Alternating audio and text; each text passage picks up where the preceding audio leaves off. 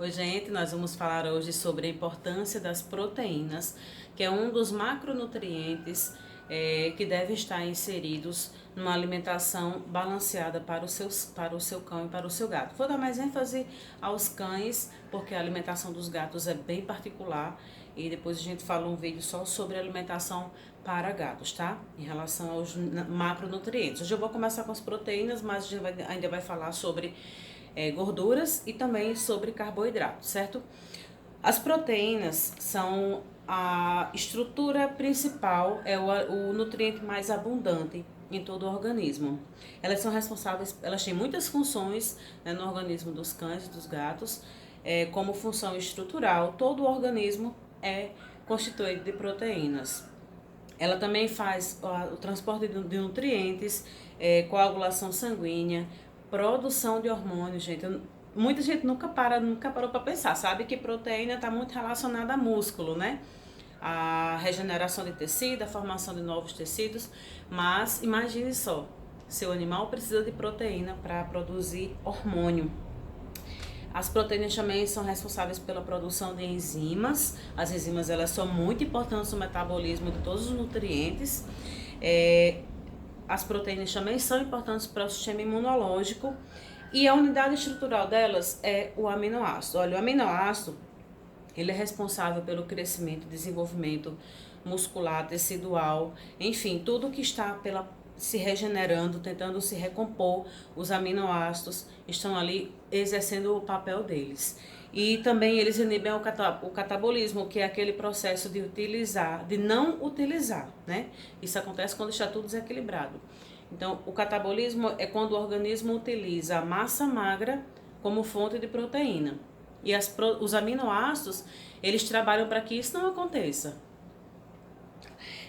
Os aminoácidos, as proteínas também atuam como matéria-prima, né, para constituir as proteínas. Eu tenho aqui um dado muito importante para vocês em relação ao valor biológico das proteínas, porque existem umas particularidades em relação ao metabolismo canino e essa informação é super importante. Os cães, de uma forma em geral, eles são carnívoros facultativos. O que é que isso quer dizer? Que eles sobrevivem na natureza consumindo alimentos de origem animal, proteínas de origem animal, e podem sobreviver em uma situação de emergência consumindo proteínas de origem vegetal. Isso a muito custo para o organismo.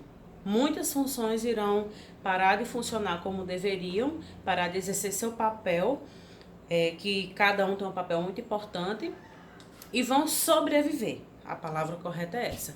E no caso dos gatos, isso é muito sério, porque os gatos eles são carnívoros obrigatórios. Os carnívoros obrigatórios são aqueles que só conseguem sobreviver se na alimentação deles tiver a proteína de origem animal. Então, um gato pode definhar muito mais rápido se não tiver proteína de origem animal que um cão, porque eles não têm essa alternativa da parte vegetal. Então, vamos lá. O que é valor biológico proteico de um alimento? Valor biológico proteico de um alimento quando o organismo consegue digerir, absorver e excretar. Quando isso acontece com muita eficiência, as funções elas são bem desenvolvidas. E aqui eu vou deixar uma dica de alimentos para vocês começarem a, claro, né, sob orientação veterinária, a conversar com o veterinário de confiança de vocês e serem incluídas na alimentação do seu pet. Ou então você começar a observar os rótulos das rações, isso é muito importante, e ver se as quantidades estão corretas e se a qualidade condiz com a fisiologia dos cães que eu já falei aqui, né, em relação, por exemplo, a eles serem carnívoros facultativos. Então vamos lá, olha o ovo, deixa eu mostrar aqui para vocês. O ovo, ele apresenta todos os aminoácidos essenciais. Lembra que eu falei que aminoácido é a unidade estrutural das proteínas? Então o ovo, ele possui todos os aminoácidos essenciais, que são aqueles que o organismo não consegue produzir. E ele é absorvido de forma muito eficiente. Na verdade, a maior eficiência está no ovo, em relação ao aproveitamento das proteínas dele. principalmente a albumina. Então, corresponde a 100%. Veja como houve um alimento de origem, uma proteína de origem animal, barata, acessível e 100% aproveitada pelo organismo. Se a gente observar aqui também a proteína de origem de carne de peixe, o organismo aproveita em 92%. Se essa proteína for de origem de laticínios, do leite, vai para 78%. O mesmo acontece com a carne bovina. Agora observe só. Quando a gente está tratando de proteínas de origem vegetal, lembra que eu falei que a absorção não é a mesma, que o aproveitamento não é o mesmo?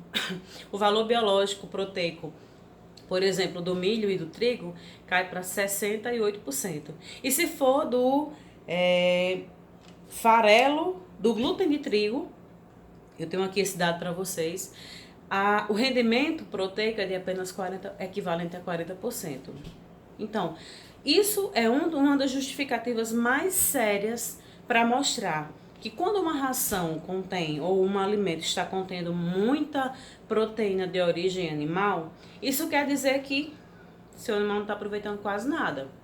Imagine só, você dá 100% de um alimento e ele, ao invés de ser aproveitado 100%, ele é aproveitado só 40%, só 60%. O resto está indo para onde? Saindo inteiramente pelas fezes e isso é muito grave, tá? O pior de tudo, sendo excretado de forma muito custosa pelos rins. Esses compostos proteicos, eles geram excretas nitrogenados e que forçam bastante os rins a colocar para fora. Então, tipo, se seu animal já tem algum problema renal, com excesso de proteína vegetal, ele pode piorar. Então, aquele mito que animal que tem problema renal só deve consumir proteína de origem vegetal porque é mais leve, não existe isso, gente. Vocês viram aqui, quanto melhor aproveitado o alimento em relação à proteína, menos os rins terão que excretar o que não foi aproveitado. Então, fica a dica, tá? Se seu animal come alimentação natural, veja direitinho se essa composição está correta. Se seu animal come ração, vá para o rótulo, aprenda a olhar rótulo. Então, nos rótulos a gente observa o que tem, a quantidade e a qualidade, que deve ser igual o que é descrita naquele rótulo. Então, assim você pode estar pagando caro por um subproduto, né? Então, proteína de origem vegetal só faz bem aos cães e gatos, tá? E assim, alimentação vegana, eu até chamo a atenção para você que tem essa filosofia de vida, mas infelizmente, em relação às proteínas para os cães e gatos, é totalmente inviável, gente.